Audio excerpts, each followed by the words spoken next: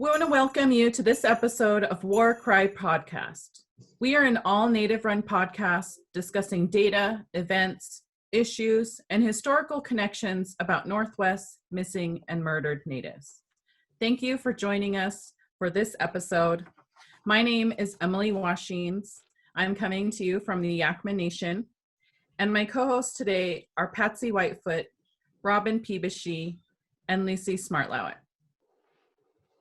So this Washington lawmakers hail passage of bills addressing missing and murdered Native women. This is an article from Spokesman Review, but it's really well known throughout Indian country that Savannahs Act and Not Invisible Act both passed. So both bills had previously passed the Senate in March and will now go to the president to be signed into law. We also have an upcoming event coming up on October 2nd. It's called the Remembering Roseda Strong Car Parade in Toppenish, Washington. This is the anniversary of when she went missing, and it's hosted by her family. She was later found in a horrific manner, and she still has not been returned. Her remains have not returned to her family. You can find information about this event on her family's Facebook page, Help Us Find Roseda Strong. This is episode 9, which is our second to last episode for this season. We will return in June 2021. Yes, they haven't sent out the flyer yet, but on September 30th, there'll be a parent engagement forum with the superintendent of public instruction. They're still working on the flyer, but the focus will be on parent engagement within our school systems. And we also have a video message from Liz Hildebrand, our previous guest. Hello, everyone. Hello, Robin, Patsy, Emily, and Lucy. Thank you so much for having me on the podcast last week. It was really wonderful, enriching, and loving experience, healing experience for me to be able to come on the podcast and speak about my journey through grief and my search for my son, Josiah, and his great loss, the one I still experience today. I really appreciate you inviting me into the murdered and missing Indigenous peoples movement, as well as into the Yakama tribe. This is really huge for me. And thank you too to Sissy Reyes, sister of Roseda Strong, who went missing in October of 2018 and was found July 4th, 2019. She reached out to me along with Carmen Strong, daughter of Roseda Strong, and invited me, proverbially anyways, into the gathering that they had in June to bring attention and keep Rosenda out in the forefront in the community's mind, and handed out flyers printed at their own cost, and have been very loving and supportive of me. It's the love and support of so many people that have helped carry me through this incredible tragedy and continue to lift me up when I cannot rise on my own. So thank you again, and I look forward to meeting all of you in the future. And thank you too to Tammy Ayer of the Yakama Herald, who continues to write about our murdered and missing loved ones, that this is really important stuff for us to be talking about. This is important for us to hold space with one another and keep these stories in the forefront, keep us talking about them, and allow us to come together through opening our hearts and sharing our experiences with one another. So thanks again, and take great care. I hope to talk to you soon. Bye-bye. We also have a guest today, which Patsy will be introducing. Good afternoon. My name is Patricia Whitefoot, a citizen of the Yakama Nation. This afternoon, I'm excited to introduce you to an amazing guest. Carolyn DeFord is Puyallup, Nisqually, Carolyns, and mixed French-Canadian descendancy. She is currently the Trafficking Project Coordinator, Missing and Murdered Indigenous Peoples Advocate for the Puyallup Tribes Community Domestic Violence Program. She supports program goals to address human trafficking, MMIW, domestic violence, and abuse impacting the community.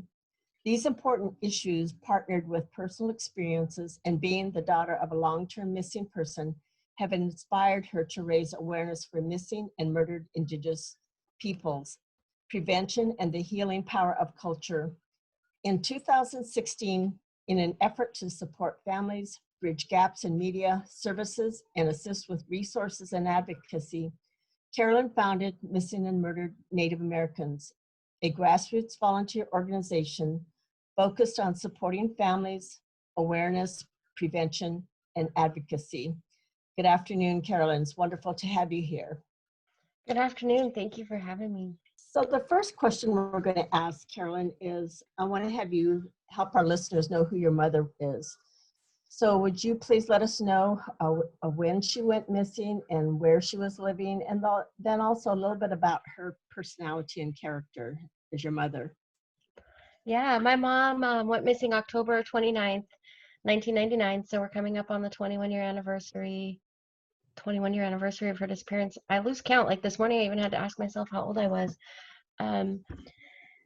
And she lived in La Grande, Oregon, so small college town, rural Oregon. It was the kind of town where everybody knew everything that was going on. Everybody knew everybody's business and where everybody was. And we had lived there since like 1976 or so. So that was my mom had made a home there. She loved the outdoors and anything that had to do with sustainable food sovereignty. So she had made large gardens. We always had two gardens, maybe three. She was harvesting and putting away food and putting away fruits and vegetables. And we would go to some old homesteads every spring and summer and fall to harvest apples and plums and peaches and pears that were in these old abandoned homesteads, because they always had a little orchard out there. And she really enjoyed going out and doing that. It was a lot of our family time, mushroom picking and huckleberry picking, hunting. She just enjoyed anything that had to do with being out there and in nature and filling the freezer, putting food in the freezer for the coming year. And she was so independent. I've always been more of a, will you help me with this? And my mom was like, I'll do it myself. Or she'd be like, you can do it yourself. And she had so much confidence in her abilities to take care of herself and to do things and not rely on other people. And she was strong and fierce and I think always tried to bring more of that out in me. I have a little bit more of a calmer personality than my mom did. And so she's always trying to light that fire in me and get me to fire me up, get me to stand up for myself, get me to do something, and I think in her passing, she's really been able to do that, to bring that out in me. And she was kind, she was kind and funny, and she was always taking starts off of her plants and getting them started and giving them to my grandma, or giving starts to the neighbors, or people come over, and you never left empty-handed. She's always, here, take this, and oh, you need this. And if it wasn't food or plants or treasures, she was an antique hound and a rock hound, and she just was interesting. And it wasn't until she's gone and I'm an adult that I realized how interesting and smart and creative and resourceful she was, and that I sure wish that she was here to, those are things I enjoy now, and I miss that, I miss that with her. And I imagine that I can only imagine what things would be like. So thank you so much. What was your mother's name? Her name was Leona Leclerc Kinsey. She was Puyallup, Nisqually, Cowlitz, French Canadian, and I'm not sure. There's really no documentation on what her mother, what her mother's descendancy was. I'm maybe British, but I'm not sure. Like, she didn't really talk about that a whole lot. Thank you. So before we started the interview, you talked a bit how your experience with your mother really kind of informed the work that you're doing now with the Puyallup tribe. Can you let us know kind of what those experiences were and what work you do with the Puyallup tribe? I started working with the tribe in 2015. I had like a turnaround. For some reason, I worked at a corporate job in a international company. It was a great career, and I woke up one morning and had an anxiety attack, and it didn't go away.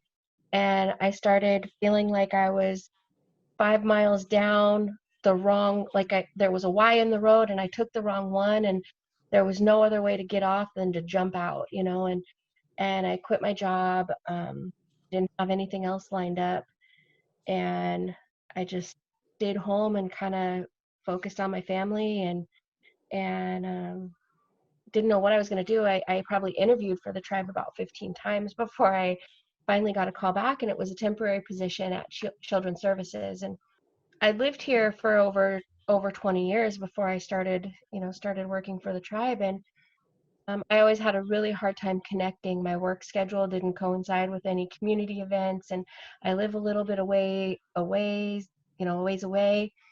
And not growing up here, I didn't have any familial connections. Nobody knew who I was, and I didn't know who my family here was or anything. And so I had a really hard time. And working at Children's Services, I was able to be connected with some really gracious and beautiful mentors and teachers who showed me a lot about what it meant to be Coast Salish. My family grew up in Eastern Oregon, and so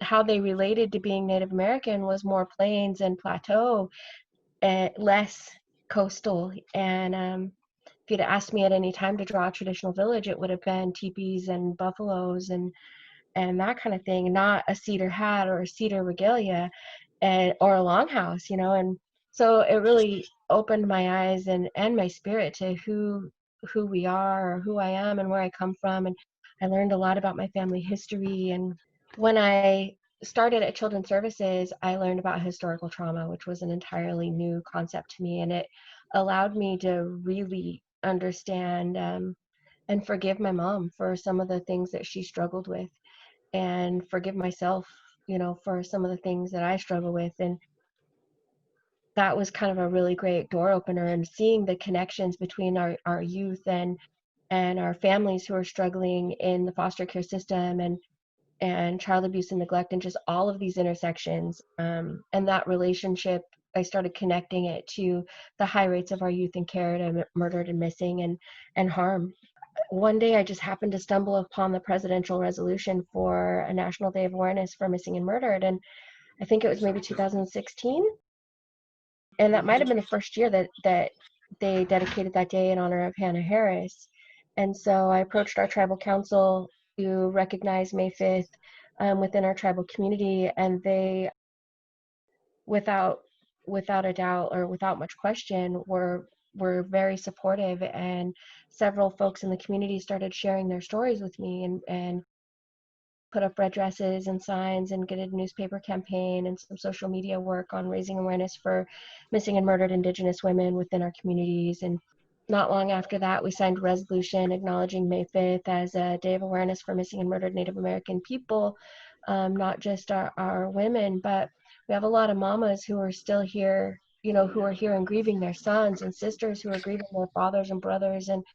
And this is an issue that affects all of us. And so the tribe has been very supportive along those lines. And that kind of opened the door for me to get into, to be approached by our community domestic violence advocacy director, Billy Barnes, who's done amazing work in prevention and wellness and the healing power of culture for survivors of violence within the tribal community for decades.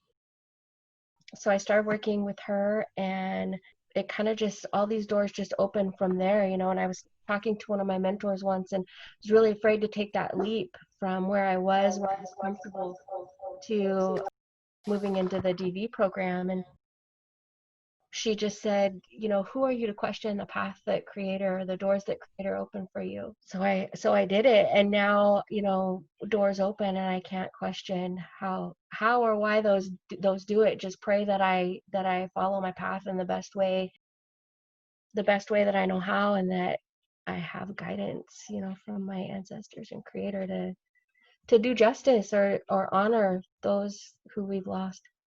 When my mom disappeared, like you'd mentioned, there's a lot of times where we don't have people to talk to, and there's not any resources. You file your missing persons report and you might be given a number, but you probably aren't. You probably have to go back and ask for one.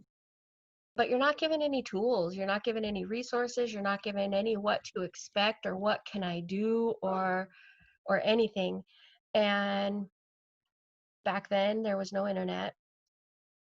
And I just felt so alone, and alone from law enforcement and from my community and from my family. And there was nobody to talk to about it at all. And I felt like I could, once social media came out, I could share her poster and stuff and it wouldn't get any likes and it wouldn't get any shares. And that hurts, this is something that changes your life and people scroll right past it.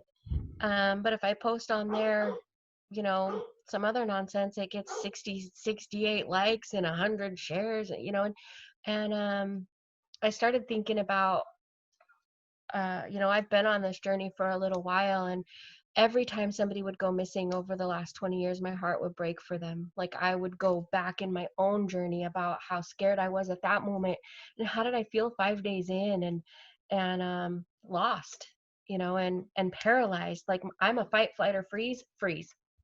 Like I didn't want any other families, like if I could help make a difference for any of them, to not feel alone, to have someone to talk to have someone help share their posters, to make them a poster. Nobody makes you a poster. Law enforcement doesn't make you a poster. You'd think that would be a basic service, that would be the first thing that they do for themselves, is make a poster. But they don't. We've got 100 missing people currently in Washington State, missing Native people in Washington State right now that are documented Native. And there's probably posters for 15 of them. Some of them we don't even have contacts for families to get pictures or to make sure that they have DNA in the system. They could be unidentified people somewhere and there's no DNA anywhere to identify them. And I just wanted to be able to let people know that they didn't have to walk alone, and so I would start messaging people and say, I read your article today, or I read about your family member today, and I just want to say, I'm on this journey with you. I lost my mom. My prayers are with you. I'm here if you need to talk. And 98% of the time they would message me back and just start conversation. And most of the time their loved ones would come home or would make contact within a few days. And we would, share that relief, and not having to worry about it at night when you can't sleep and not have anyone to talk to. So that was kind of where that had started, and bringing some of that advocacy into the Puyallup tribe and to domestic violence awareness program, being that DV is such a contributor to hurt and harm to our people and to our women. And CDC did a report several years ago that nearly 75% of Native women that are victims of homicide have a connection to domestic violence and intimate partner violence, and it's preventable. That's so preventable. And so that's kind of where my awareness and work in the Puyallup tribe kind of started, and it's kind of just grown from there. And like I'd mentioned earlier, one of my mentors said, when a door opens for, when a door on your path opens, who are you to question the doors that Creator opens for you? And a lot of work has been done by people with the power to open doors for our families to come forward, to heal, to provide services and resources, and let our community know that they aren't alone, and that their loved ones matter. Like our councilman David Bean always says, what affects one of us affects all of us. And it truly it does, and it's just been a blessing to be able to be a part of some of that healing work. So I wanted to talk to you a little bit about this aspect of like community awareness and helping to bring that together with other people. And I wanted to hear about these awareness events that you've helped be a part of. Specifically, there's something at Paddle to Puyallup where there's thousands of different people, non-natives and different tribes that come to, celebrate and honor the water, these traditional songs. And I remember seeing, so much different awareness being brought. And I actually got my little paddle to Puyallup Yeah. earrings. Yeah.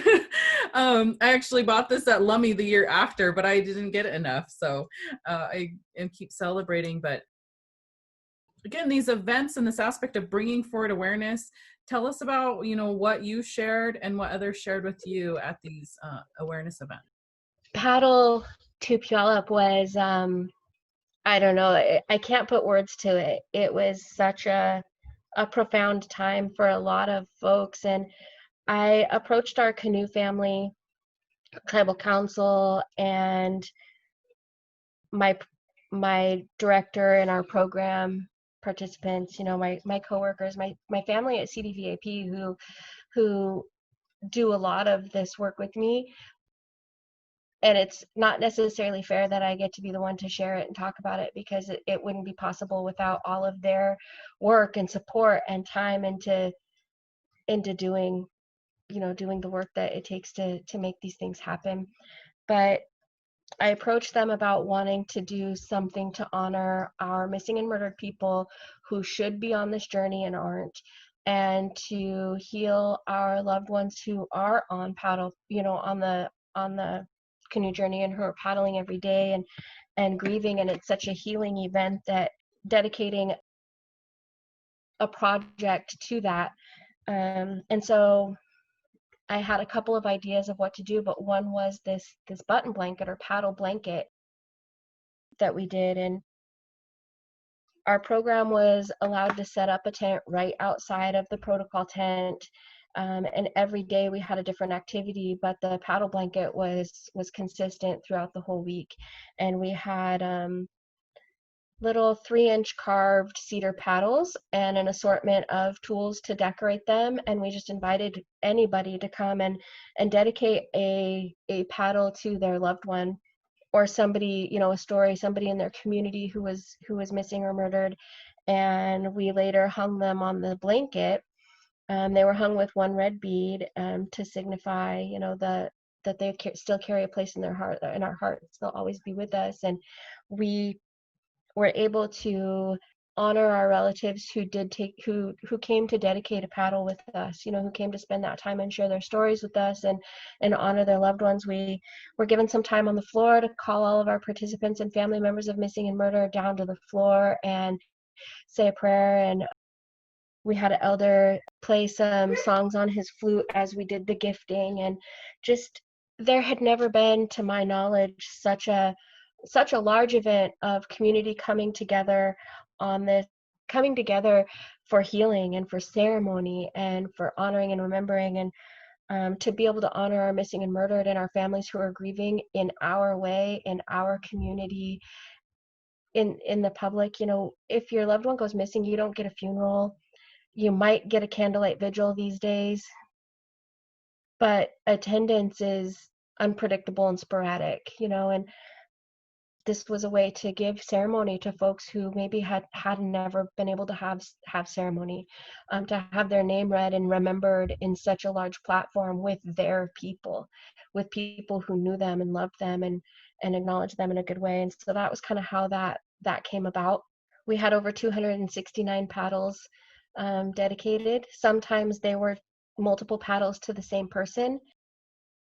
And that was because one of the things that I really got out of that, like my takeaways, was one person, you know, affects the lives of so many who are missing. And I think statistically they say the average is 12 people are impacted when one person, or directly impacted when one person goes missing.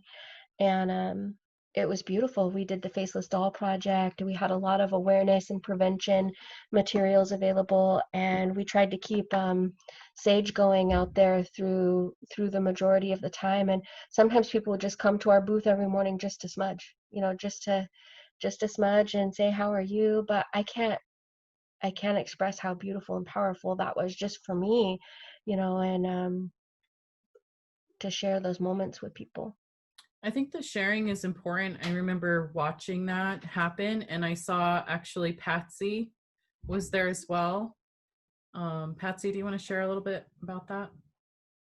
Yes, thank you, Emily. And also thank you, Carolyn, for being with us today and sharing about, your journey on regarding missing and murdered Indigenous women and people. Yes, it was a powerful event, and every canoe journey that I've been to several now, and I stayed to the end. It's made a commitment to it for my family to participate as well. And my beginning started with our swan dancers from here, and we, of course, started out with the Quinault Nation and just gradually moved to every event that the canoe journey was held. But just the coming together of the different tribal people from First Nations, from throughout the Northwest, well, not only Northwest, but also nationally, to attend this event, I think is phenomenal. But the fact that you were able to highlight, and the program staff and the tribe as a whole was able to highlight, this major issue in Indian country is important. And I guess the takeaway I had is not only what you covered, but also the fact that you've continued to build on that over the years. For instance, a year or two afterwards, you had the powwow during the dance event with the powwow that you have annually. And so it's continued to live on.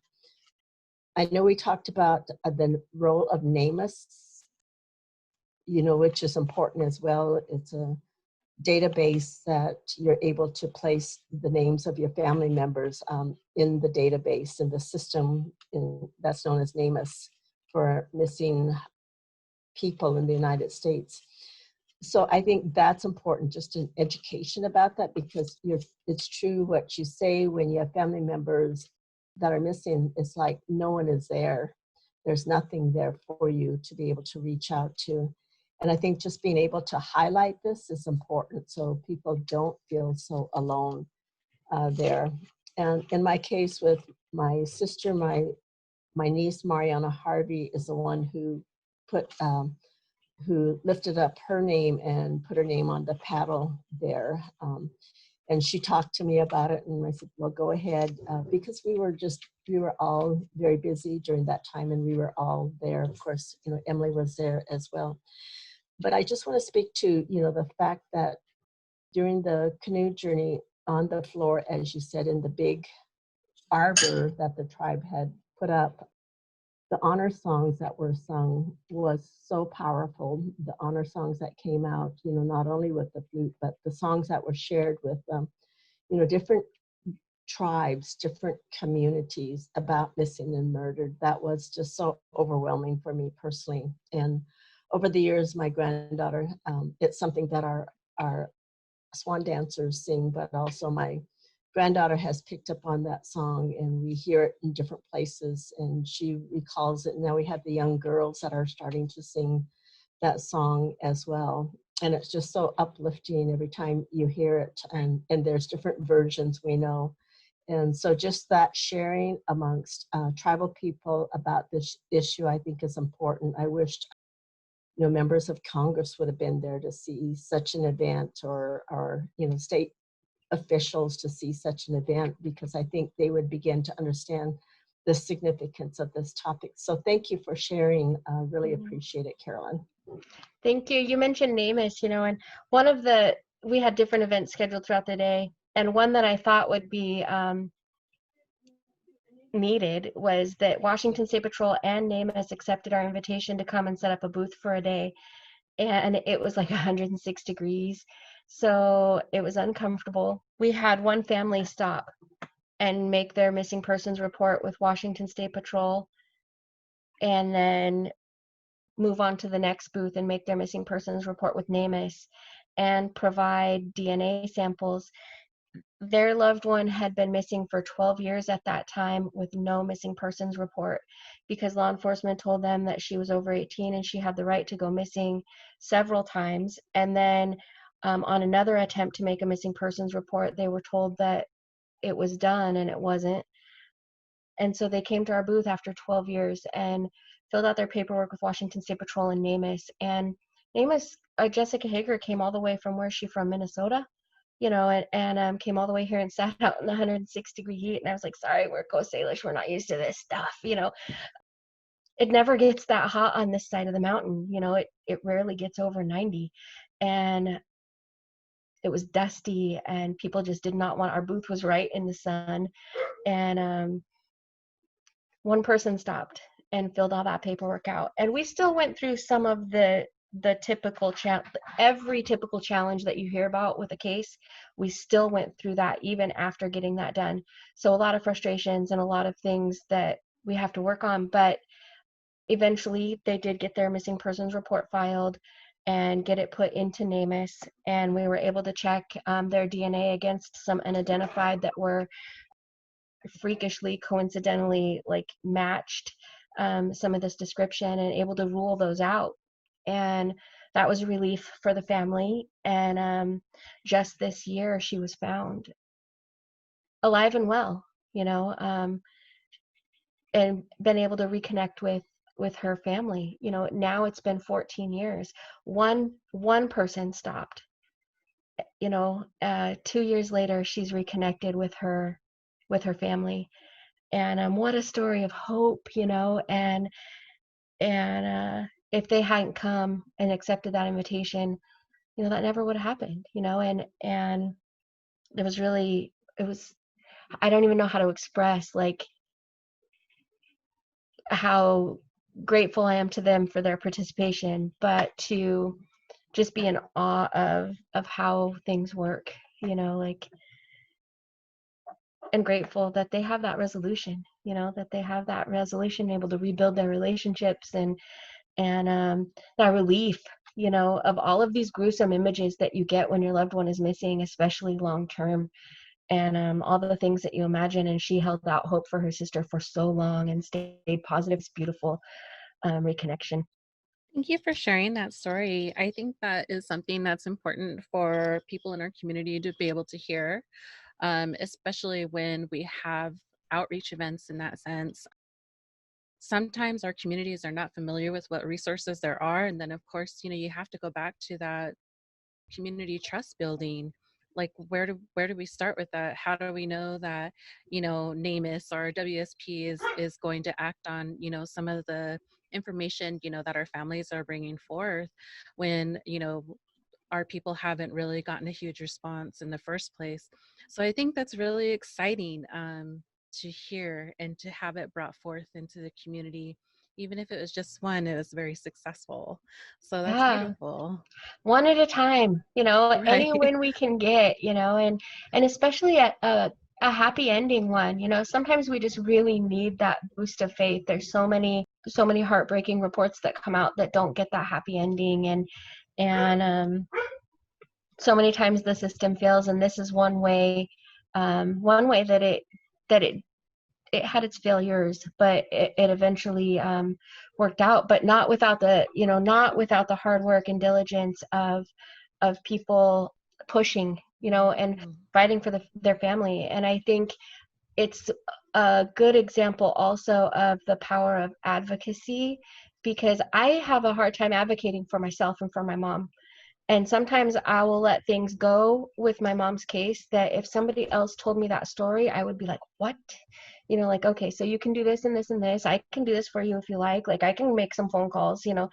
And sometimes it just takes a phone call to law enforcement to, like, get them to realize, like, oh, I can't sit on this, you know, forever. And I don't do that for myself as much because I don't see it. We don't advocate for ourselves. Having people advocate for you, you know, and our tribal liaison that was hired with the Washington State Patrol a couple of years ago, this also would not have happened without her commitment and tenacity, you know, to make sure that everything is being utilized and done as thorough as possible, and in as much ability ability as she has, you know. Well, I think that's also a good segue into the next question, just in regards to what steps has the tribe taken to identify and seek resolution on the number of MMIWP cases in the service area. So I know that you spoke to some of the tribal community support that's being brought forth. Is there anything else that you feel is significant that the tribe has done to be able to help resolve these efforts? Well, they've created resolutions, a resolution around missing and murdered Indigenous or Native American people within our community. They supported a resolution for the city of Tacoma to pass a resolution on missing and murdered, as well as a resolution with ATNI in 2018. So they do their awareness events. They've created law and order codes to address human trafficking on our reservation, with the knowledge that that is a contributor to missing and murdered, and just a human rights issue that we have to address. They have been very supportive of our domestic violence program and the prevention of hurt and harm within our community, and healing programs for families who are left behind. Oh, geez, what else?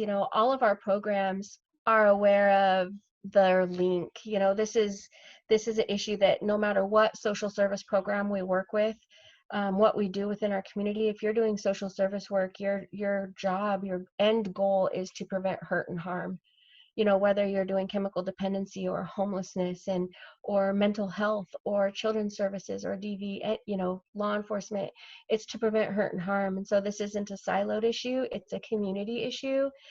I think the statistics that came out in the UIHI report with Anita Lucchese that highlighted, where Tacoma sat in that was really eye-opening, not only for me, but for our tribal council, and just to realize, hearing our community stories that people don't necessarily talk about, and not everybody feels like they have an open door to go talk to tribal council. But at our last May 5th event last year, we had over 22 people take the open mic and speak and tell their story. And our chairman came up to me after that and was like, thank you for this. It really opened my eyes, because some of those people may not be Puyallup, but they're part of our community. Their loved ones were part of our community, and they may not feel like they have an open door to share their experience with our leaders. And this opens the door, and I can't express how proud I am of our tribal council for all of the support that they have provided, both spiritually, emotionally, and with the power that they have to raise awareness and speak up for our people as much as they do. They've been very committed. Let me think, am I missing anything that we've done? I can't think of anything, but there's a lot of work to be done in the future, and so they've been very vocal about their commitment to support. Thank you for sharing all of that. I think our tribal council role is just critical in our community, to have that presence there at outreach events and whatnot, and then to also be able to have our community, our tribal members, feel like they're being heard, by the people that need to hear some of the stories. I think that's amazing, actually, and hopefully that momentum will continue in the future in your community. I hope so. I sure hope so. We've got a lot to do. We all do. That's why we're all here. So I'm going to go ahead and take on the next question. And so as a person, I'm just really curious in general, like, what's a story that resonates with you? We talked a little bit about it before the interview had started. And I know that you had so many variations of stories that stuck with you, but I'm just wondering which one you would like to share with us today, or if there's more than one.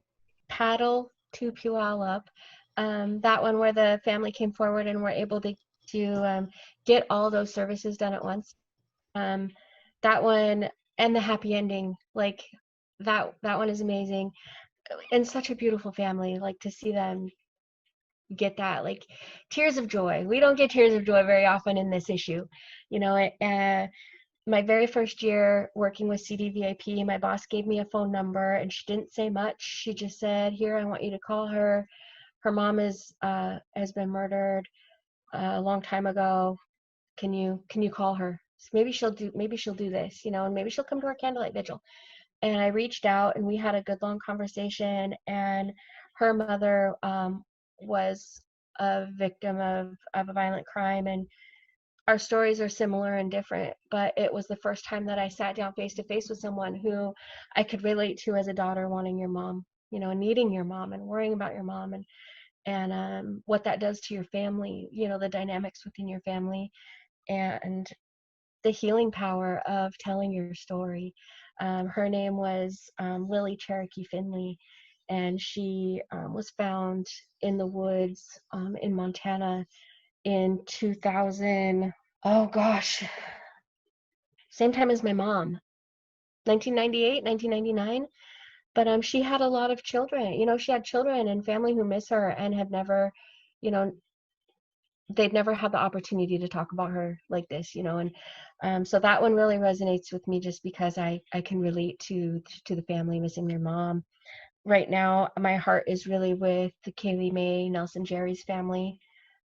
She could potentially be in the Spokane area. She could be anywhere, but my heart is with them because you always want a happy ending and a resolution, and that one always stays at the top of my heart. Roseda Strong, we're coming up on the anniversary of her disappearance, and family's still fighting for justice and even to get their remains back. I mean, that's like secondary victimization to hold her remains for that long. And how you support and fight for that, fight for that justice. That one has been is always one of the first that comes to my mind too, because it's just such an example of how rumors have some truth to them, and law enforcement don't necessarily take rumors seriously. They're hearsay, and there's some truth to them sometimes. Giovanna Tyler went missing on our reservation. She was a mama of 3 children. She was a victim of domestic violence, and there's been no word or information on her case in a very long time. And so I always think about her like she was not Puyallup, she was Macaw, but she was on our reservation when she disappeared. And we've got to think about that. Some of the recent case we had with Aaron Garcia going missing, and luckily his family has some resolution and he was found, but it doesn't make that journey of waiting and wondering and hoping and searching any less painful. It just, they have some closure. Yeah, there's so many, but Carolyn, I want to thank you so much for bringing up all the different cases, and I also want to add on a little bit about Roseda Strong. I agree with you that she was found, she went missing in October 2nd, and she was later found on a freezer along Highway 97 in Toppenish.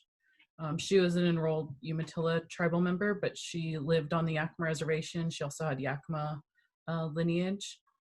And yeah, you have these questions about why isn't she returned yet? Why is it taken so long? It's been over a year, and to not have that level of closure. So I really appreciate you sharing those words with our audience today. And I just wanted to give a little bit of specifics. Yeah, and her sister has been so vocal, and that takes a lot of strength. I didn't have it. I'm a freeze. My crisis response is to freeze, and I just admire folks so much who are able to like grab themselves by the bootstraps despite the pain and fear and keep fighting. Carolyn, I just want to thank you as well for bringing up just the connection of intertribalness that we have, especially in the Pacific Northwest. Patsy's brought this up a few times. Like we had mentioned, we've had some guests on who their relative or who they were looking for or who had come up, they weren't Yakima, but they're connected to our reservation and our people and how our community responds to it. As well as we had a guest, George Lee, whose mother was Yakima, but her death had happened in the metropolitan city of Seattle. Mm-hmm. And so I know this is something that Willie wasn't asked, but what is it like working with the municipals that are around your reservation and that connect with your tribe? Because you had mentioned something about like UIHI and working with Washington State Patrol, but you guys are definitely close to like Tacoma and Seattle. Like, what has that been like? The policies and procedures have been frustrating, but the individuals doing their job, I have had positive experiences with, for the most part, limited to what their policies and procedures, and what the politics will allow them to do. So I've been grateful, for that. we've been able to build really good relationships and have some meetings with our Pierce County prosecutor, with local law enforcement and Washington State Patrol, our tribal law enforcement, learning more about resources and their response to our local community member who went missing last month I was really impressed. They showed up to the vigil. They were receptive and quick to respond to phone calls and questions and that kind of thing. And we were really lucky, really lucky for that. There's a lot of work to be done as far as, all of these programs are understaffed and undertrained. They don't have the resources or the training to even know what the resources available to them are. Many of them don't know our state laws regarding missing people. Like one of the state laws is after 30 days we have an RCW that says after 30 days, the case should be filed with Washington State Patrol so that they can put it on their website and create posters and do distribution. Yet we have, over 1,800 missing people in Washington State Patrol, yet only 64 of them on the website. That's something an advocate can do. We don't need law enforcement to do that, but the families don't even get the information that you fill out this little packet of missing persons paperwork and send it to Washington State Patrol. They'll get them on their website and create a poster and, make sure that we have dental and DNA and a picture. There's a long list of individuals, Native Americans, who are missing with no picture and no dental records, and no DNA. They could be unidentified somewhere, and those steps aren't taken to bring them home. Hopefully Savannahs Act will help us bridge some of those gaps and reunify some families.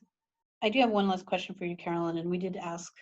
Your Facebook page has a lot of traffic on it, but we would like to know, what do you do for self-care? Because I know sometimes running those large pages can be stressful. Also hearing the type of information that comes through those sites can be distressful as well.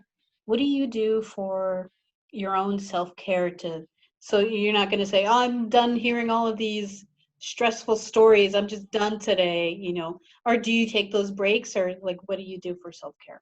I think it's really organic on my end. I don't necessarily identify yet when I need that break. My spirit and my body just say you're going to bed and you're not going to get out for 3 days. So I'm still learning how to get ahead of that. I have been learning how to sew.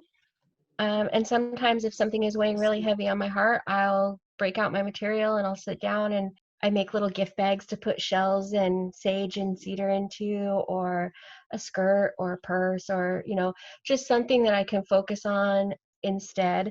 It feels good to me to make giveaway items that I can give away for gratitude or for healing or anything. And so that the joy that I get in gift giving and making those things is part of my self-care. I just learned how to bead. I don't see my piece anywhere, but oh, here it is. I have been learning how to put beads together, and I'd never thought I could do it. Like, I didn't even try. I was like, nope, it's hard. When I start beading, it's like I get a 5 minutes into it and I don't remember anything that was bothering me. I'm focusing on how I like this color or that color, or how, oh, that one didn't look so good next to that. Like, that has been a big part of my self-care. Spending time with my first grandson is 2 years old, and so spending time with him whenever I get the chance. My kids, my family. I enjoy rock hounding. Same thing when I'm out there looking for rocks. I'm like, where's the like, I kind of get addicted to where's the next beautiful rock. What else? We can't gather so much anymore, but it used to be, going to gatherings, whether that was an LNG gathering or just anything that we had going on in our community is my self-care. Research, reading about my family, studying about history, anything like that, But I just want to say before we completely close, I was thinking of our law enforcement as well. and how they respond to trauma in their own community, as some of them are being, from here. And so I really think, as we were talking, I was also texting with my friend who's the victim's advocate that's going to be stationed there, and just the self-care and possibly the network support that we could build as tribal communities with each other, because that trauma, I just think a lot of the people that probably work in social services, I'm going to assume that may have unresolved trauma themselves, and as we were talking about earlier, that can get triggered at any time, or they may not realize that they have the trauma.